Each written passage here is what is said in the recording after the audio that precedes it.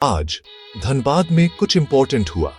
झारखंड के backward commission के chairman Janaki Prasad Yadav circuit house पहुंचे। लोकल्स ने गर्मागर्म उनका स्वागत किया, माला पहनाई और बहुत रिस्पेक्ट दी। वहां मौजूद लोगों में जेएमएम से city general secretary Madan Ram और बैकवर्ड वेलफेयर ऑर्गेनाइजेशन से राम नारायण जी भी थे। लेकिन ये सिर्फ एक सेलिब्रेशन नहीं था, ये लोगों के लिए एक पुराने इशू को उठाने का चांस था।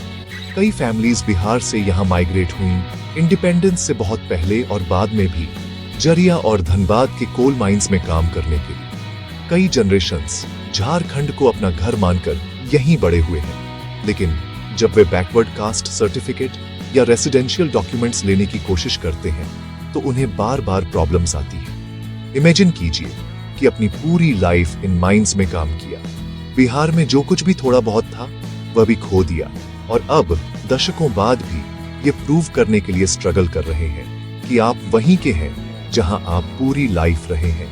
यही यहाँ कई लोगों की रियलिटी है। जानकी प्रसाद यादव ने सुना। उन्होंने कहा, अगर ये प्रॉब्लम्स उन्हें राइटिंग में दी जाए तो वह इस इशू को आगे बढ़ाएंगे और सॉल्यूशन की तरफ काम करेंगे। सबसे इंपॉर्टेंट बात, उन्होंने सबको याद दिलाया, कोई फर्क नहीं पड़ता कि आप कहां से आए हैं। अगर आपने झारखंड को अपना घर बनाया है तो आप झारखंड के रेसिडेंट हैं। ये एक बड़ा स्टेटमेंट है और कई फैमिलीज के लिए ये उम्मीद की एक किरण लेकर आता है। देखते हैं कि इन बातों के बाद एक्शंस भी होते हैं या नहीं। आपके लिए इम्पोर्टेंट कर रहे हैं और बहुत उम्मीद है, और मैं आपको विश्वास दिलाता हूं कि जो हम लोग को आयोग को जो करना है, जितना जो कर सकते हैं, जो अधिकार है उसको हम पूरा करने का काम करेंगे और लोगों को सामाजिक न्याय दिलाने का काम करेंगे। कब तक चुनाव मतलब होने के चुनाव 2025 में जितना जल्द हो सके इसी वर्ष चुनाव होगा। अक्टूबर, नवंबर, दिसंबर के अंदर चुनाव 2025 में किसी भी परिस्थिति में चुनाव संपन्न करा लिया जाएगा। ये सरकार की मंशा है, सरकार की सोच है, उसी के कड़ी में हम लोग काम कर रहे हैं। सर, एक सवाल है कि आप इस मंत्रालय के मंत्री हैं।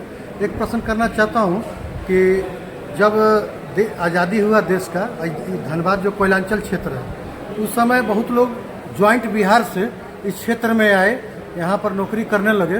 उस समय मतलब यहाँ के जो लोग हैं खदान में जाने से डरते थे।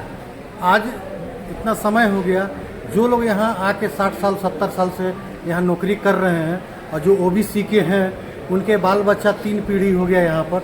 लेकिन जब ओबीसी का सर्टिफिकेट बनाना होता है सर, तो वो लोग जो हैं बहुत दर दर के भटकते हैं। यहाँ के सीओ जो सर्टिफिकेट बनाते हैं, आपका प्रखंड कार्यालय वगैरह है, वहाँ पर दिक्कत होता है। इस विषय में क्या कहना है?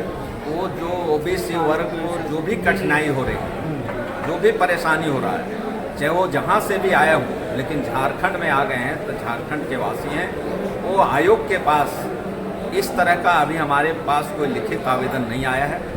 हम लोगों को लिखित मांग पत्र मिलेगा, आवेदन मिलेगा, तो उसको हम लोग समुचित रूप से जांच करते हुए उन्हें न्याय दिलाने का काम करेंगे। बहुत बहुत धन्यवाद सर, थैंक यू।